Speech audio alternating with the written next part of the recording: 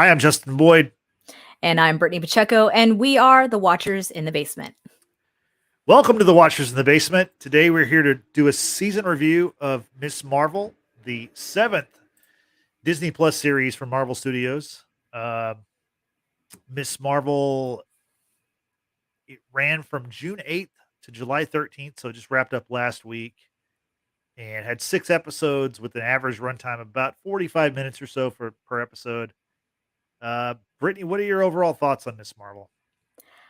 Honestly, going into it, I wasn't necessarily looking forward to it, not for any specific reason other than the fact that I literally know nothing about the character. Yeah. I think I've stated it before in other pods that I'm not a comic book reader. I never have been. I appreciate the world that has been created through comic books because it has obviously translated into shows and movies and things of that nature. However, I literally did not know anything about Miss Marvel.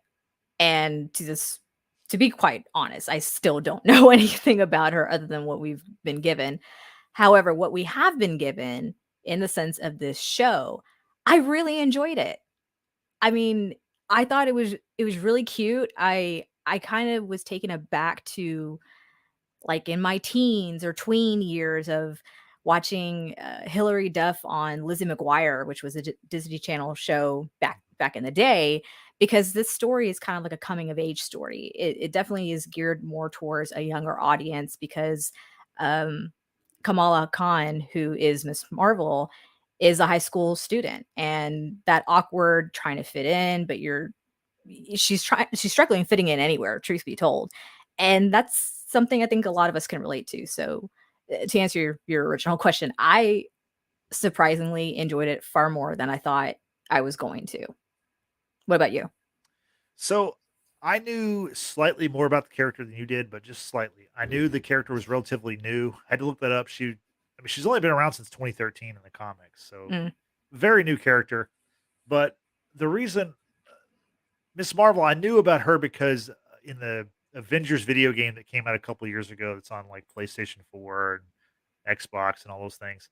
She's kind of the main character in the first campaign of the video game, mm, and so you and it's kind of obviously her character in the comics and the show and in the video games is very similar in the fact that she is a massive Avengers fan, and in the yeah. video game she's going to this Avengers Day that's in San Francisco. It's like this parade type festival event for the Avengers, and then stuff goes wrong, and then she ends up developing her powers, and she ends up having to like reform the Avengers later on. So um I thought the game was pretty cool, and I think the voice actor that played Miss Marvel in the game was awesome. So I was looking forward to this show.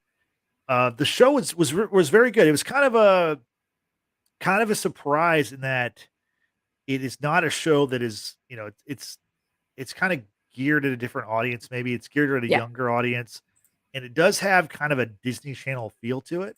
And I don't mean that like in a negative way. I just mean like it feels like it doesn't feel like the rest of the MCU right now, at least. I mean, Yeah. well, at the end of it, at the end of the final episode, there's a lot of MCU ties, but Yeah. it felt just kind of like a fun, like you said, like a coming of age Hmm. high school show. I do think that it kind of has the same issues that all the Disney Plus shows have, where to me, it's kind of the the it's tough to explain. It's like they have I can see like that. like to me, it's like you should either have a smaller story and Hmm. make it like a mini series, like a couple Hmm. episodes, or have a longer season where you can fully flesh out the stories. It's kind of like they start slow and you're like, oh, this is Hmm. interesting, and then they pack a lot in the middle, Yeah. and then you get to the end. And this one, unlike most of their series, this one actually ended very strong. So I really liked the I first agree. episode. I really liked the last episode.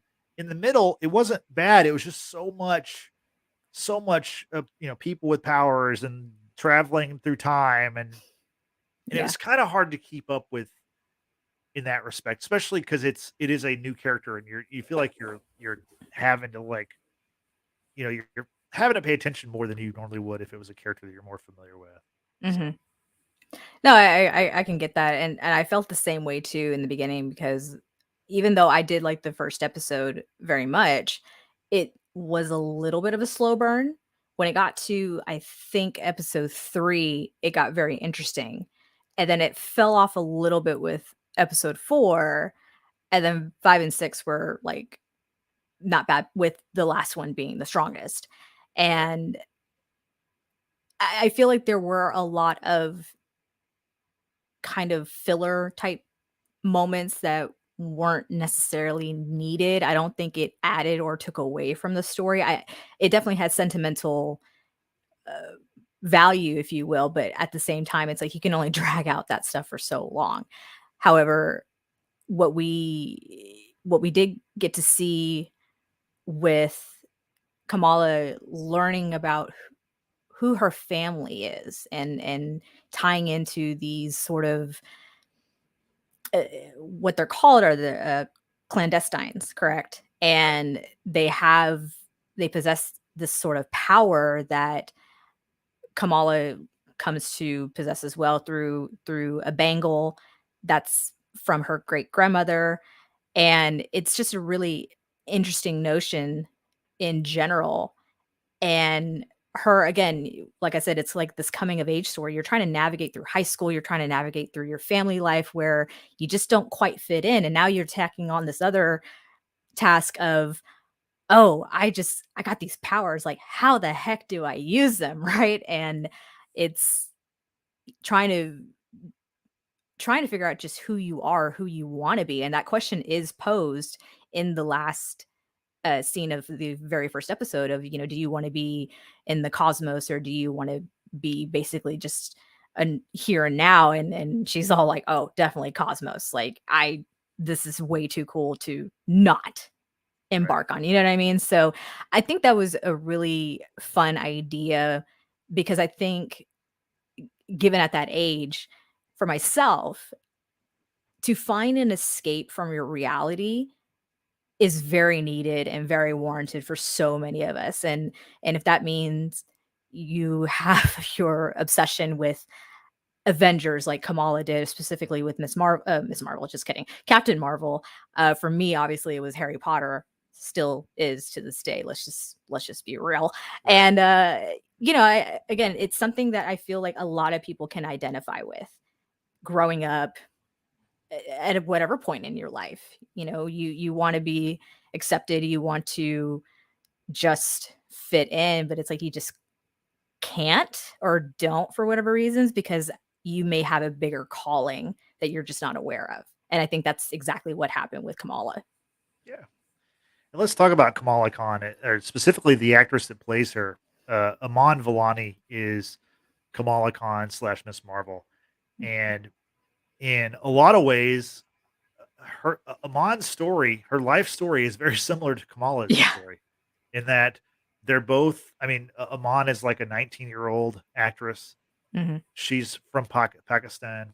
Hmm. And then you have you have Kamala Khan, the character who, is a Pakistani, a Muslim teenager in America living in Jersey City, Yep. who is a huge superhero fan. Aman Vellani is also a huge superhero fan. I don't know if you've seen.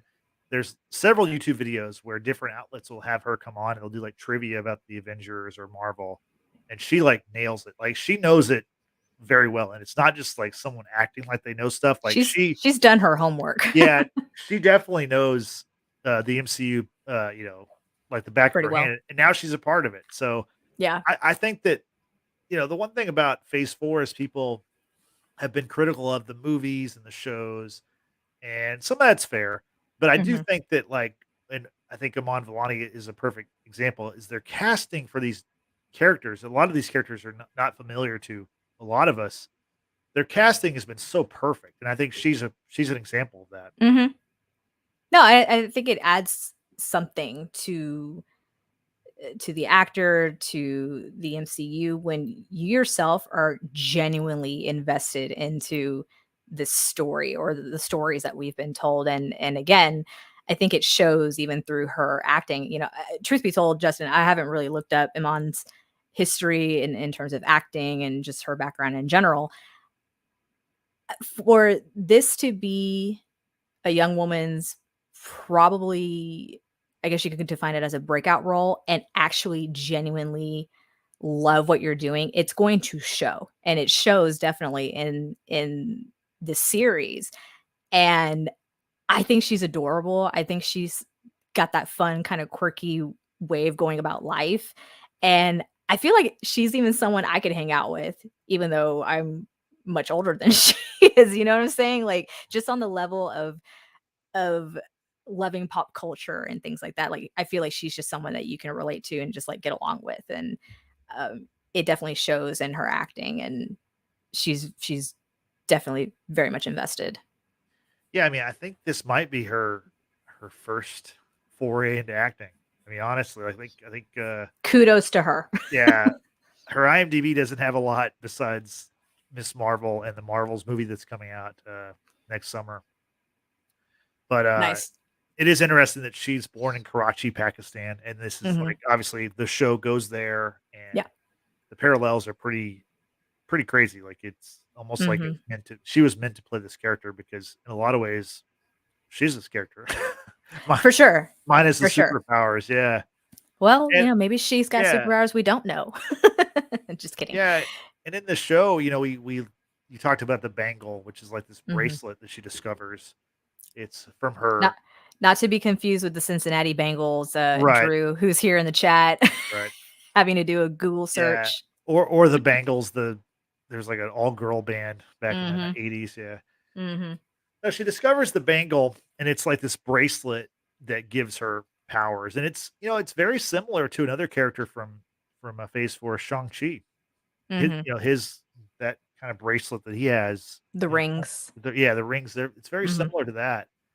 But the thing about the bracelet or the bangle is that it doesn't give her powers. It unlocks the powers that are in her. It's Right. she's genetically, genetically she has these powers. I think we can go ahead and skip to the major reveal in the series finale, the season finale, is that we learn that her her genetic makeup, there are mutations in her genetic makeup, and as her good friend, right, as her good friend Bruno tells her this, Not Brian. no, not Brian. Poor guy. No, Bruno, he's this whiz kid who's going to go off to school at Caltech, and he's her guy in the chair, her best friend. I Yeah. think he wants to be her love I think he wants interest. to be more. Yeah, For he sure. wants to be more. Yeah. But he reveals that at the end, and like you just did, like as he says that, they play the X-Men '97 jingle for that Yeah. for the song, and so obviously, she's now a mutant, whereas in the comics she was an Inhuman. And it's interesting why she was an Inhuman. I've been doing a little bit of research on this, and in the comics, because like we said before, she's a very recent character. 2013 is when she made her comic debut, and she got her first own comic in 2014. So this is a very new character. But the reason why she was an Inhuman instead of a mutant is simply because back then, Marvel, as we well aware, they didn't have the movie rights for the rights. X-Men. Fox, 20th Century Fox had those rights. And so Marvel decided, well, whenever we create new characters, don't make them mutants. Let's make them Inhumans, because later on, if we want to put them in our movies, we'll be able to, because we'll own the rights. If we make them mutants, they'll be a part of 20th Century Fox. Now, of course, 7, 8, 9, 10 years later, it doesn't matter, because now Disney and Marvel own all that stuff again. They do.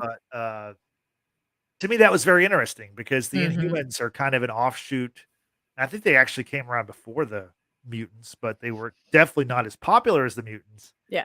And so that was a big, that was obviously a big surprise. And I mean, I guess technically now she's the first mutant in the MCU. What do you think about that? I think for one, it's a good workaround for trying to have these characters that have enhanced powers. I think we've even heard them called enhanced beings, or things of that nature. So without saying the word mutant, But now, like what you said, with 20th Century Fox having been acquired by Disney within the recent years, that I think we're slowly going to see more talk of course, mutants, X-Men. We know that X-Men 97 is going to be coming out to Disney Plus. Yes, Disney Disney Plus Plus. in the future. Yeah. We obviously, spoilers for those who have not watched Doctor Strange Multiverse of Madness, that we saw Professor Charles Xavier, played by Sir Patrick Stewart, as this iconic character in the hover chair as a cameo. Not going to go into that too much, but the fact that we're starting to get little teases of X-Men here and there. Now, some people will say, don't tease me anymore, like give me a definite, but you and I are of the same school of thought of this phase is a rebuilding phase. You know, we've got to set up new characters, we've got to set up their backgrounds, we've got to do a lot in order to get to the main storyline, to the main big boss and defeat that big boss, right? It's going to take a little bit of time. And so I think with not only bringing in Kamala, aka Miss Marvel, into the fold, but making her into like the first, what I would consider the first name of a mutant, is going to be awesome. Because if we're going to bring into the X-Men, because I love X-Men, all right, I absolutely love X-Men, bringing them back into the fold is going to be epic. Now, I'm not gonna lie, I'm not looking forward to the next Captain Marvel movie, because I just didn't care for Captain Marvel at all. And I think that's mainly because of Brie Larson, which is sad because she was great in 21 Jump Street. But now that we have Iman in this role, she obviously, her character holds Carol Danvers to the highest degree. She's obsessed. And seeing what we saw in that end scene or post-credit scene, we don't know where she went, but we know that Carol Danvers came in her place. Right. So it's like, what just happened here? What does this mutation actually mean? And how is this going to play out? So now I am interested in the Marvels, which is the movie that's going to be coming out, I think, within the next year or so. I think it's next July. Next July. Okay. Yeah. So now I'm intrigued, because again, this new character that I knew nothing about, literally knew nothing about, I'm now excited because I want to see how she is going to play into this phase. Yeah. And you know, as you were talking about Doctor Strange, I realized I made a mistake. So Miss Marvel is not the first mutant in the MCU, but it's the first mention of mutants. Right. That's what I was trying to get at too. Yeah, the first mutant, I guess. I mean, I don't know who the first one is, but you could say, like, obviously Professor X is in there. You have Wanda, her children are also mutants, because she is. But not defined in this universe. Right. You know what I'm saying? That's true. It's not defined, but I think it's not defined. I think in the comics they are. Yeah, but I think it will be eventually. So yeah. Well, just like with the hint, not the hint, when going back to Doctor Strange, when Wanda goes to Wundagore, like that's actually where the Maximoff twins were born. And so you tease that into it, but you're still not saying that Wanda and Pietro were mutants. You know, they were experimented on and now they're enhanced beings. So it's not quite the same. Yeah. But I think to say the first actual mention of being a mutant is perhaps Miss Marvel, I think is safe to say. Okay. Yeah. At least in my opinion. Yeah, no, I think so. But just to kind of put a pin in the X-Men talk, I think that, as we're talking San Diego Comic-Con's happening, and Marvel's supposed to have a big presence this weekend, and D23, which is the Disney Showcase annual event, is coming up, I believe, in about 6 weeks. So there's a lot of talk about how they might introduce the cast for X-Men or Fantastic Four. I think Fantastic Four will be first. I know your thoughts on Fantastic Four, but what I'm saying is, not a fan. Here's what I think the plan is with X-Men. Given what we've seen, right? We've seen the 97 animated show song played twice in a recent MCU project. Doctor Strange, like you said, with Professor X shows up, and in the finale of Miss Marvel, right? Right. So obviously X-Men 97 is very important. And as we're speaking now, today, Marvel announced, that I mean, we knew that X-Men 97, the animated series, was going to return, but now we Right. know it's going to be in the fall of 2023. It'll come back. Woohoo. So I think, and I think I've seen other people mention this too. I believe that the way that the X-Men entered the MCU is through that animated show. I believe Yeah. that animated show something will happen at the end of that animated show, and the characters in that animated show will then suddenly become. It'll go from animation to live action, and then Hmm. boom, you're going to have the cast for the X-Men. It's one possibility, and to further the point of X-Men coming into the fold Right. today, streaming on Disney Plus is quote unquote the first R-rated movies ever Yep. to grace the platform, and that's Deadpool 2, and Logan. Right. So we all know that Logan, aka Wolverine, is mutant. Deadpool has an affiliation with the X-Men. I don't know if you could necessarily call him a mutant. Yeah, I He think you can. I think because I Okay. mean, yeah, So yeah, I mean, he was experimented on as well and right. things like that. But so to pretty much bring your point home again with this introduction of Deadpool and the Logan movie coming into Disney Plus, yeah, we're definitely getting X-Men, and I am here for it. I am so here for it. Yeah, I love it. I just hope they do it right. I hope they do it well. And I think once again, bringing Miss Marvel, I'm now more excited to see the future of Miss Marvel and how important her role may be in Phase 4, just in MCU overall. yeah. Yeah, I mean, the thing about, and you mentioned Captain Marvel, and I agree with you. Captain Marvel was probably my least favorite MCU movie, For sure. and it's solely because, like, like you mentioned, Brie Larson is great in a lot of other roles, Mhm. but she has like no charisma as Captain Marvel for whatever reason. I Mm-mm. mean, and I think she was actually better in Endgame than she was in her own movie as far as being the character. Yeah. So, I'm interested. I mean, I'm not like giving up on the character by any stretch, but conversely, like Miss Marvel has a ton of personality. And so Mhm. I'm very interested to see, what happened to her. Obviously, at the end of this, like you said, the post-credit scene, they Yeah. switch places. Yeah, where does she Yeah, go? I'm interested to find out, is she like floating in space somewhere? Is she on some other world? Like, what's going on with Right. her? So solely because of her, I'm actually interested in the Marvels now. So, Yeah. like I said, I'm not giving up on Captain Marvel because Captain Marvel obviously is one of the most powerful Avengers. It's Yes. For sure. like the Supergirl version of of an Avenger, and so Yeah. I'm interested in that. And but certainly Miss Marvel. I mean, this is a character that really is easy to like, very likable character, and Mhm. I'm interested to see where this goes. 'Cause I don't know that they've announced that there's going to be a season 2 of this show. In fact, I don't think there might be down the road, but There might be. I think right, it's probably in terms of the reception, obviously, because I think with yeah, Moon Knight, it was maybe supposed to be a one-off, but the way that had that cliffhanger. It's like, oh, there definitely has to either be a season 2, or he's gonna be in a movie. But to right, me, it seems like it would make more sense to do a season 2 just because there was so much to learn of that third personality that we never really got during the show. So to me, yes, there should be a season 2, not only of Moonlight, just kidding, Moon Knight, but also a season 2 of Miss Marvel, and that's I'm guessing it's gonna pick up after what happens in the Marvels. Marvels, yeah, Yeah. yeah, I think so.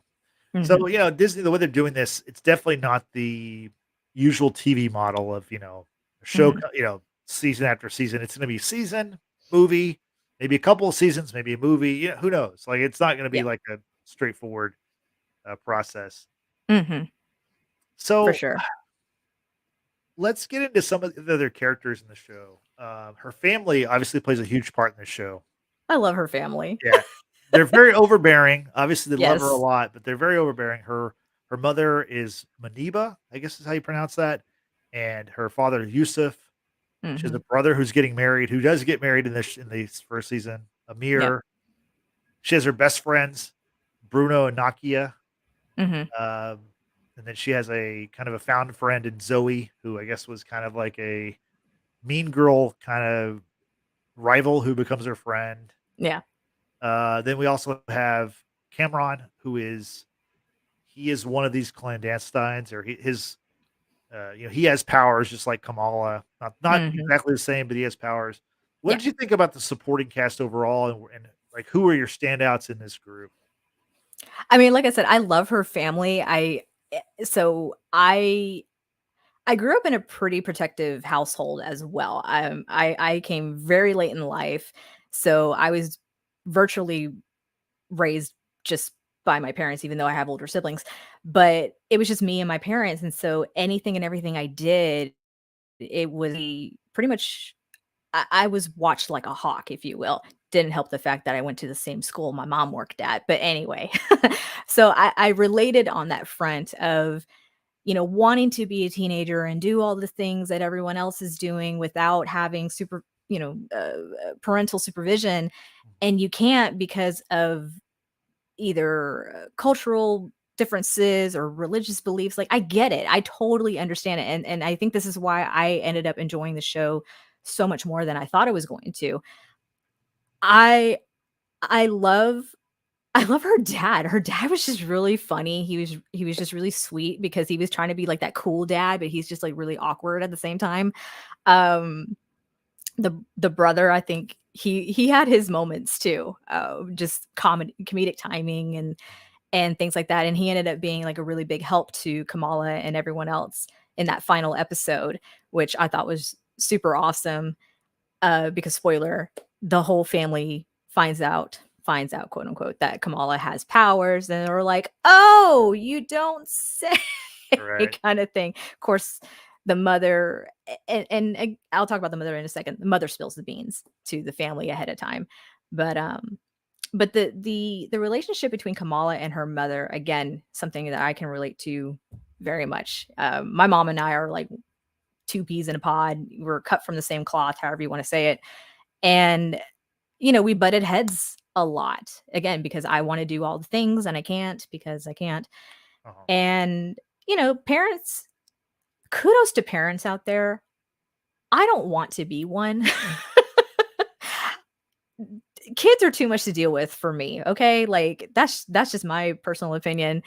The mother, I think, being somewhat ashamed of, who she is or where her family came from and things like that. When we find out that she and Kamala have more in common than you think, when Kamala and her mother go back to Pakistan to visit the grandmother, and you learn more about their family history, and you see that Kamala's mom was a little bit of a rebel. And it's like, okay, well, that apple did not fall too far from the tree, now did it? So I think the supporting cast, and I didn't talk about the friends.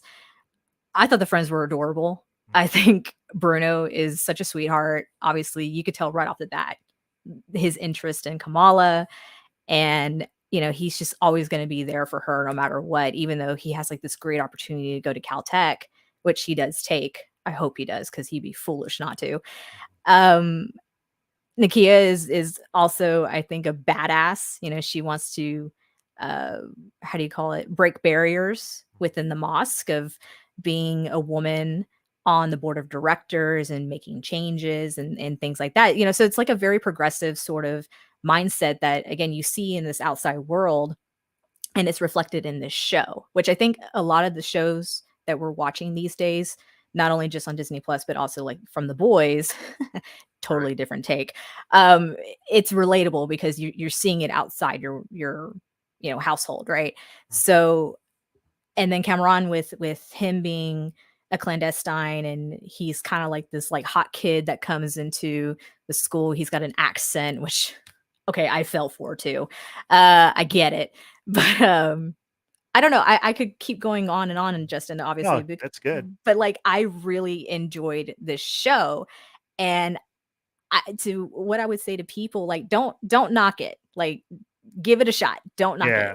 Is it a little bit of a slow burn? Yes, I will tell you for sure. One or two episodes are maybe not necessarily needed, but like when you get to the third episode and like the final two, Like, it's good. Like, it's really honestly good. Um, Drew in the chat says that my daughter, who's 19, getting close to 20, says, is being raised by a dad on Compound V is ridiculous. Oh my goodness. Drew, we told you to knock that stuff off. Come on. Come on. Anyway, but ultimately, I think the casting just across the board was great. And I love that it's also bringing a different culture Yeah, exactly. into the forefront, because I had a conversation with a friend I went to college with who is from Karachi, Pakistan, and asked her, because she's also a huge Marvel fan. I asked her, I said, "Well, have you watched Miss Marvel? I'd love to get your thoughts on it." And she's like, "You know what? I haven't, because I'm afraid of how they're going to portray the culture, the religion, and things Right. like that." And I'm like, "Listen, as someone who doesn't know anything about the culture and the religion, I can tell you it's being done tastefully. It really honestly is. You see like the good of it, you see the hardships of it, but it's done very, very well." I mean, what do you have to say about that? Yeah, no, I think this show did a very good job of not only introducing us to a new character, but Mhm. introducing us to a culture that a lot of us know nothing about. You Mhm. know what I mean? We know we might be able to find these places on a map, maybe. But I mean, outside of that, yeah, you know, you've heard of Pakistan, but like, Mhm. I don't know much about it. I don't like even like, you know, the fact that she's Muslim. I don't know a ton about that Right. really, you know, like, Right. and the stuff that the connotations that maybe people in our Mhm. country have about that stuff, you know, Sure. doesn't always mean it's the proper or correct way to think about these people. So I think that you're right. It's very respectfully done, and I do think that Yes. I've seen online that a lot of people from that culture have applauded that part of the show. Absolutely, Yeah, and getting that little bit. I like history. I like learning about, right. different places, countries, governments, whatever. And the fact that learning the hardships that Kamala's family endured from India because of the partition, that they had to get on the last train to get to Pakistan, and how much that was a significant moment in her family. Because if it wasn't for that moment, Kamala and her family would probably not even exist. And so the idea of, you wouldn't think such an event would be so impactful, but it really honestly was. And it was very sad, I think, because this is how we learned through this event that this is how the great grandmother of Kamala dies, but she dies, protecting her family. And so it's very sad, it's very beautiful, and again, like you said, it's very well done. It's done very respectfully, in my opinion. But again, to bring to light something that a lot of people may not have ever thought to look into or really consider. So, as someone, again, didn't know anything about Kamala Khan, Miss Marvel, didn't know anything about the history of Pakistan and things like that. Like, y'all need to watch this show. It's very well done. It's really, really good. Yeah, on Rotten Tomatoes, it's the highest rated MCU show on Disney Plus. Mhm. But then conversely, it has the lowest viewership of the Disney Plus shows. So Which is so strange to me. I think because it's, you know, it's a female character that people are not familiar of. It's also from another country. You know, like it's like, or she's, you know, from another. I think that's probably part of it. I really do. I mean, I think that's Mm. no. That's why the No, no, viewership no, I get is it. lower. I get it. Yeah, I I don't mean, it's agree with it. yeah, that's the real reason. I don't. Yeah, it's not a very good reason because No, this it's character not. it's a great character. Um, Yeah, for sure. I do think the problem with the show I had is when I was talking about earlier about how the middle is kind of jam packed. Yeah. It's kind of the same problem we talk about with a lot of the MCU is the Mm. villain. So the villain of Mhm. this show is both the Department of Damage Control, who is like kind of chasing after, or they're looking for this superpowered person, which doesn't have a name until the very end. I mean, they call her what is it? Light Nightlight or girl, Light nightlight. or what's her? I wrote it down. Nightlight. Yeah, Nightlight. They call her Nightlight. Mhm. And so you have that, right? You have they're like the villain, but then it Yeah. also you have this. the clandestines and the Mhm. Jinn. What's the Jinn is, I guess they're not really villains. Jinn is just a word to describe anything that's out of the ordinary. So, Yeah, and uh, that's a word that's kinda used throughout different, cultures, I guess, or different stories because I made mention of it in our last pod about how that the word "djinn" was used in The Witcher, right, but it's this creature, it's right, that grants wishes if you catch it, so I don't know if it's used the same way in all yeah. stories, but in this sense, the "djinn" is just another name for the clandestines. Yeah, so I understand why you need the clandestines. I understand why you need that part because you have to explain her powers or how she gets Mhm, her powers in some way. But I do think that having them be that kind of middle and more powerful bad guy in the middle that's quickly I mean, relatively quickly dispatched.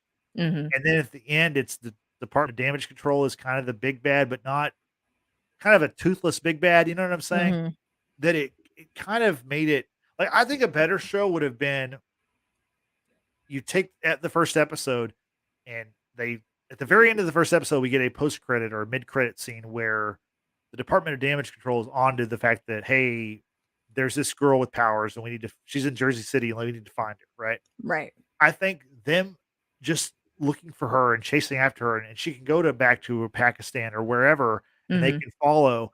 I think that might have made a better straightforward story, but yeah, I think when you add in all the magic stuff and everything in the middle, some of that stuff was great, but it to me, it just kinda made it feel like this would have been better if it were 10 episodes or stretched over like an old school TV season, like when it was like 22 episodes of a show where you have time to kind of explore that process. stuff. Yeah. Mhm, To me, like jam pack to me, it's like it either should have been like 3 or 4 episodes about this whole cosmic, her history, her family history, or like a 3 or 4 episodes about she's this power from Jersey City. She wants to be a superhero, and lo and behold, she becomes a superhero. And mhm, now the Department of Damage Control is chasing her because she has these powers, and they're looking right. to. To me, I think the mixture of that is what made it not work for me because I liked, like I said, I love the first episode. I love this the last episode, and a lot Mhm, of the stuff in the middle was very good, mhm, but it just it needed either more time or less of a story, like half of the story or more time to fully flesh out the whole thing yeah. to make it work. You know what I'm saying? Like even like the Red Dagger character or the Red Mhm, Daggers, mhm, like I think in the comics those are actually pretty big characters in the Miss Marvel kind of landscape, right. and they kind of got the short shrift because of just how the show is constructed. And maybe I mean Mhm, obviously that what's his name Kareem. That's the one that she kind of befriends, who's a Red Dagger. mhm, And we see at the end of at the end of the season, Kamran finds his way to Kareem, right, and so I think we're going to see those characters, whether it be in right. the Marvels or in something else. So I mean, it's going to continue. Again, I Yeah. thought the show was pretty good. I just think that that middle part was just it was so jam packed, full of so much stuff that it just felt like, man, you could have like spaced it out a little bit more and let stuff breathe and let it kind Mhm, of sink in because to me it was kind of hard to follow because then like she's traveling back in time and she meets her great great grandmother, which is this woman Aisha, mhm, and that whole part was kind of, I mean, it's like her mother and her grandmother, now her great grandmother, and it's all it's a lot of family and a lot of stuff and magical powers that are not totally explained. Even toward the end, like it's kind of hard to explain yeah, her powers. So yeah. anyway, go I ahead. know I know you and I had this conversation about, with Moonlight. Why do I keep calling it Moonlight? My god, sorry. Moon Knight. Jesus. With Moon Knight and Miss Marvel, it almost seemed like their stories are just a little hard to follow because you don't quite understand where their powers come from, whereas I Right. mentioned to you with Moon Knight, at least we knew his source of power comes from Khonshu, the Egyptian god that is god of the traveler or whatever it is. So that's how his powers come through. With Kamala, it seems like it was from the bracelet, but like you said, it's basically what wields the power from within, kind of like Right. Thor's hammer. Thor always possessed that power. It the hammer was just used to harness it in a way.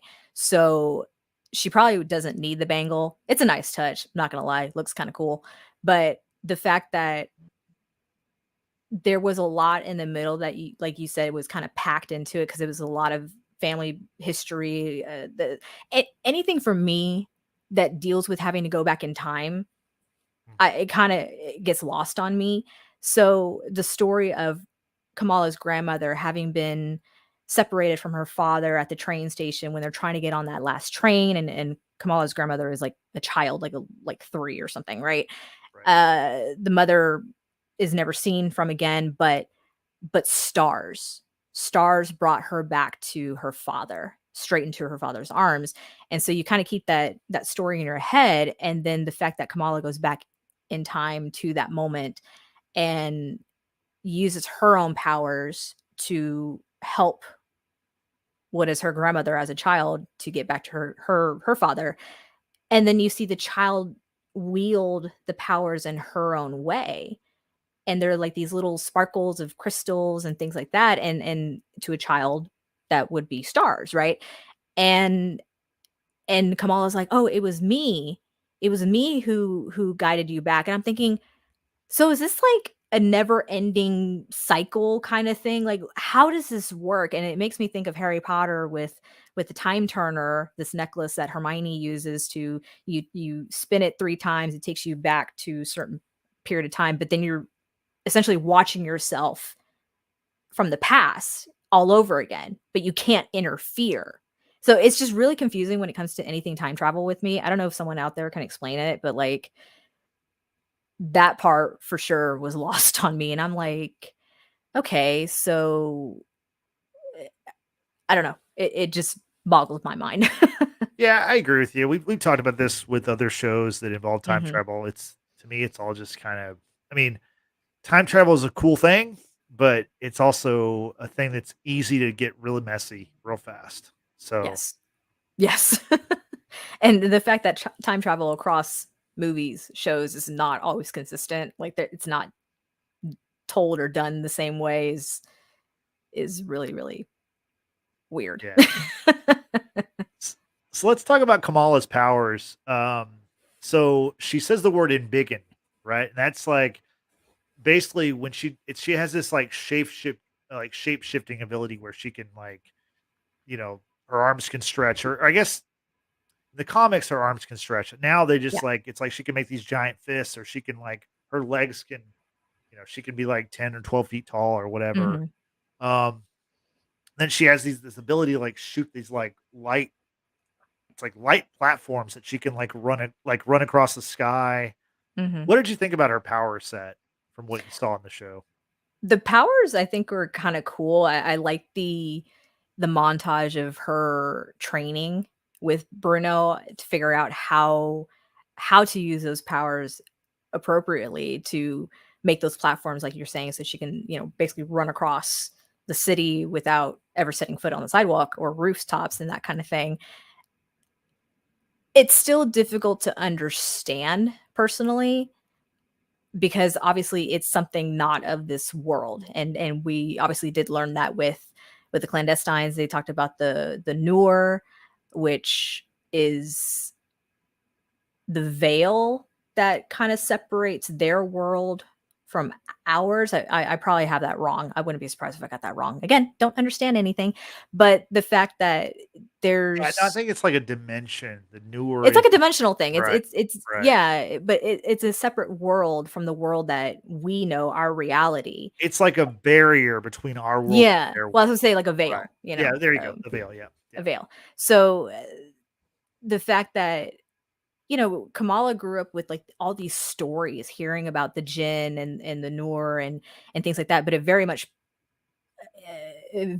embodies her and her family because they all potentially possess the same type of powers because they are descendants from Aisha. However, we obviously found out that with Kamala, her mutation is different than that of her brothers, her mom, her dad, and I still don't fully understand the powers. I think it was cool how when she first put on the bangle during the costume contest at the AvengerCon event, which I love that idea. I thought that was super cute, super fun. But the fact that she uses it for the very first time, saving this schoolmate of hers who has like a huge like social media following and what have you. And so I thought that was cool because it's like she doesn't know how to use her powers, but at the same time she like does, right? And I like the look of it. I like the effect of it because they kind of look like these prism type crystal. I don't know Right. what you want to call it. They're colorful. They're pretty to look at. You know, ooh, shiny thing. But it's definitely something out of this world. Yeah, I mean, it looks cool. I'm interested to see more about or learn more about it as we see her in the Marvels and everything else. Hmm. Um, what did you think about how her suit and her name kind of came together? Whereas her father, so her mother makes her final suit that you see, like in Hmm. the picture behind me, that's what she's wearing. Yeah. And it's funny how like everybody in her life kind of gave her a piece of her, who the character she becomes, right? Hmm. Because Bruno gave her the eye mask. Yep. Her mother made her the suit, which is very much like Martha Kent making the suit for Superman. Um, her obviously she got the bracelet or the bangle from her Her grandmother, grandmother. Hmm. and then her dad gives her the name Miss Marvel. He says that Hmm. Kamala or Kamal means it means perfect in I think it means perfect in Arabic, but then in Urdu it means like which is also a word for Marvel. Hmm. So he says, Right. you've always been our little Miss Marvel. So Right. what did you think about how her suit and her name came together? Oh, I loved how everything came together because obviously Kamala in the beginning to go to AvengerCon, she made her own suit as an ode to Captain Marvel, right? She had the helmet with the furry thing, and then Bruno had made these uh, gloves that had like a light to it or something like that. It looked really cool, but then she doesn't need any of that because she is a, a being out of this world, if you will. And basically, you see like the makeshift of it, and then you see like the final product with like what you said. Her mother had her suit made in Pakistan, and that's something that Nakia at the end noticed. Like, oh, that was made in Pakistan. I can tell by the fabric or things like that. So the fact that like you said, her best friend gave her her eye mask. Her mother got her the suit that very much hones into her culture. And her dad tells her the meaning of her name in various languages. I That's what obviously makes her her. All of these things make her into who she is, and no one else can be a Kamala Khan. And I love the fact that she even just like wears Converse when she's in this suit. Like that's to Yeah, me is like an ode to being an American, but I still have deep roots in my culture, and like right. this is who I am. Like no one can change that about me. I loved it. I think it was very well done, and I love the fact that it came from separate people. Right.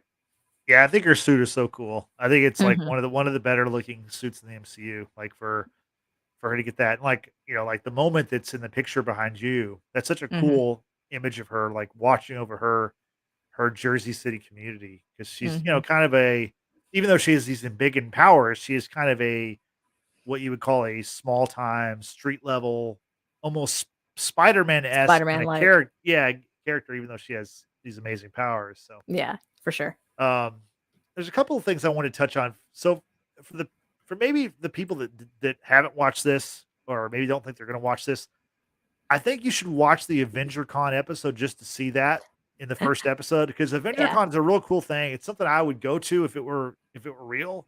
Um, for sure. it's there's so many like cool Easter eggs in that, so definitely check that out. Mhm. There's a reference to a Scott Lang podcast that is awesome in the first episode. Oh my god, yeah. And another great reference in the show was there's a part where Kamala and Kamran are talking about Bollywood and like actors and Mhm. stuff, and they're kind of flirting with each other, and they Yeah. both mention Kingo, which is Kumail Nanjiani's character from Eternals. So I like Yep. how he Yep. gets referenced in the movie because That obviously tie-in or in was the show. brilliant. Yeah, because in Eternals, they talk about how he had this powerful godlike person who becomes an actor and he, Mhm. continues to that's how he, spends his days. So um I love those references to other parts of the MCU, and I think there's probably plenty of other things. Obviously, the Oh, main yeah. thing was the X-Men mention or the mutant mention. Yeah. Um, but are there any other things, Brittany, you want to mention as far as like final thoughts on the show or little things you want to point out? I mean, like I said, it off the bat, it might not seem something that someone your age, my age would necessarily be into because it does seem like it's geared more towards a younger audience. And it's like I mentioned earlier, this is definitely like a coming of age story. But the way I look at it is obviously Spider Man has his reputation already in the MCU, right? We, even with the Sam Raimi movies back in the day, where Peter Parker is a high school student, right? He's not an already grown up working for the Bugle as a reporter, et cetera, et cetera.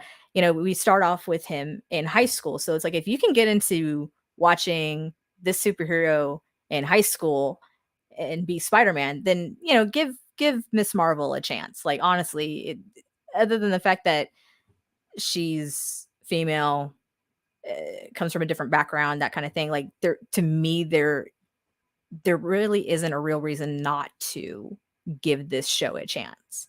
And I'll say it once more. I wasn't looking forward going into it just because I knew nothing about it. Me personally, I like to know something about the character or the story before I actually like watch something because I want to see how it plays out. But having no expectations whatsoever, I think actually ended up being to my benefit because this show I think is very successful in just its first season. And the fact that the casting overall was very well done, the storytelling of a new culture, not a new culture, but maybe a newfound culture for many of us out here who don't know anything about anything, and being done in a respectful manner. I think I've said it before and I'll say it again is that the fact Disney is doing an extremely good job these days with diversity and inclusion. And I think this show is a real testament to that. Yeah, I think for my kind of final thought on the show is if you're a fan of the MCU, and if you're watching or listening to this, I'm sure you have to be a fan of the MCU. Mhm. You need to check this out because I do believe that Kamala Khan slash Miss Marvel is going to be a big time player in the future. Yeah. So um, this is her Plus, origin. This is her origin story. So you might as well get in on the ground floor like all the rest of us, and because she's an awesome character. So yeah. No, and I think she probably would have something to do with like the Young Avengers, if I'm not mistaken, right? Like it being seems like she being would. part of Right, that right, group. So, right. and we've had a lot of introductions A lot to of young, yeah. a lot of Young Avengers with I'm trying to think Falcon and Winter Soldier with Bradley. I can't think of his first name off the top of my head. Isaiah Uh, Bradley. right. Yeah. Yes. Then Kid Loki, Wanda's twins, and things. Right. We've had a lot of nods. Now, whether or not that's actually going to go anywhere with the Young Kate Avengers, Bishop. Did you mention Kate Bishop? I Yeah. did not mention Okay. Kate Bishop. Yeah. I failed to recognize her. My bad. Yep. Did enjoy Hawkeye. But like I said, we've had a lot of introductions to these characters that once again, phase 4, we're defining that as a rebuilding phase. Yeah. So take what you can get. Now whether or not, like I said, all these characters that we have been introduced are actually going to form the Young Avengers or not, that remains to be seen. However, what we've gotten thus far, I honestly haven't been disappointed with it. I really, No. really haven't. And I'm not like an easy to please person. You know what I'm saying? Yeah. Like I don't take things for just what I see before me. I'm Yeah. analytical. I want to know. So I guess my thing is, it's they built up to Endgame, and Endgame was mhm, amazing, right? Infinity War, sure. Endgame, like that's incredible. Well, but that was 10 years in the making to do that. So to me, it's like after Endgame, everybody wants like there to be another Endgame experience, and it's like it's going to take time to rebuild to that Yeah, point. I mean, exactly. if you have some like, you know, multiverse shattering, world saving movie every single time, I mean, that's going to get old real fast, and also it's going to be unsustainable. So, I Well, don't know exactly what they're building to, besides I guess Secret Wars, but that's going to take time for that to like you to make all that stuff work. You've got to create characters, introduce all these new characters, yeah, and again, it's just time. So, for sure. And it's like what you had mentioned, I think in one of our boys podcasts, is that with the addition of having to provide content for Disney Plus, which was right, probably something Kevin Feige and Marvel didn't anticipate ever having to do, but here no, we are. That's, you get bought by the mouse, you do what the mouse says. So that's another wrench that's been thrown into the mix.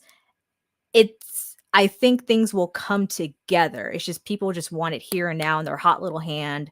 mhm, They wanted to find villain, they wanted to find story direction, whatever. I get that. I appreciate that because I too want to know where this ultimately leads to. But at the same time, we lost Iron Man, Captain America. We have a new Captain America, of course, and that is Sam Wilson. Thor still going on strong. Um, we have to bring other characters into the fold, and that's just where we are right now. We haven't seen Nick Fury in quite some time. I was actually having this discussion with John earlier this morning, and there's a lot of characters that we were introduced to in the shows, but we haven't seen again because we haven't had a story that really involves them. Like what happened to White Vision, whatever his name is. Um, what happened to Rambo's daughter from WandaVision? Like when are we going to see them again? And I'm thinking with Rambo's daughter, it probably won't be until the Marvels. But you see what I'm saying? Like yeah, it's gonna come. It's gonna come. It's gonna fit. In Kevin Feige, we trust. Okay. yeah. I mean, it's not only a rebuilding phase; it's also an expansion phase because of Disney Plus. Yes. They're having to create way more content. They're creating Right. Right. 4, 5, 6 shows a year, and then also 3 or 4 movies a year. That's a lot. Right. Yeah. So, okay, Yeah. so let's now. I think this is gonna be a tough task. Let's now rank the Oh 7 God. MCU shows. So I'm going to read them off in order of release. So it was Oh boy. WandaVision, The Okay. Falcon and the Winter Soldier, Mhm. Loki, What If, Hawkeye, Moon Knight, and Miss Marvel. Brittany, do you want to go first with your ranking? No, I do not. Okay, I'll give you my ranking. So Okay. I'm gonna keep it. WandaVision's still my number one. Loki is still my number two. This is where it gets really tough because I don't like the bottom of this list is not far from the top. You know what I mean? Okay. Yeah. And I don't know that I think the shows are all decent at best. You know what I mean? Like Mhm. I don't think any of the shows have been great. Like The Boys is a much better show than all these shows. Peacemaker is a much better show than all these shows. Still need to watch it. There's plenty of like superhero shows that are better than these shows, but I think that Right. all these shows are relatively good. I think WandaVision to me is a little bit above. Loki's right Mhm. there with it. So for my number three, I'm gonna say Miss Marvel is number three. I really enjoyed the character. Okay. So I'm gonna go Miss Marvel number three. I'm gonna go Moon Knight number four. I'm gonna go Hawkeye number five. I'm gonna go the Falcon and the Winter Soldier, which is tough for me to say because that was the one I was the Yeah. most looking forward to. Number six. Yeah. And I'm gonna say What If number seven. Okay. So, your list would probably be fairly similar to mine, with exceptions of flipping some of these around. So, Okay. WandaVision, number 1 for Yeah. sure. Loki, number 2 for sure. I'm gonna put Moon Knight at number 3 because I really enjoyed the sort of psychological aspect of it. It was something different. It was something, definitely you hadn't seen within any MCU related movie or show like that, in my opinion. Um, I will put Miss Marvel at 4. I'm gonna put What If at 5 because I liked just to see the different versions of what could have been, obviously. And obviously we were given Chadwick Boseman one more time. So that for me is kind of a big deal. Right. Hawkeye would be number 6, and then Falcon and Winter Soldier would be 7 for me, just because that stupid Flag Smashers storyline just killed it for me.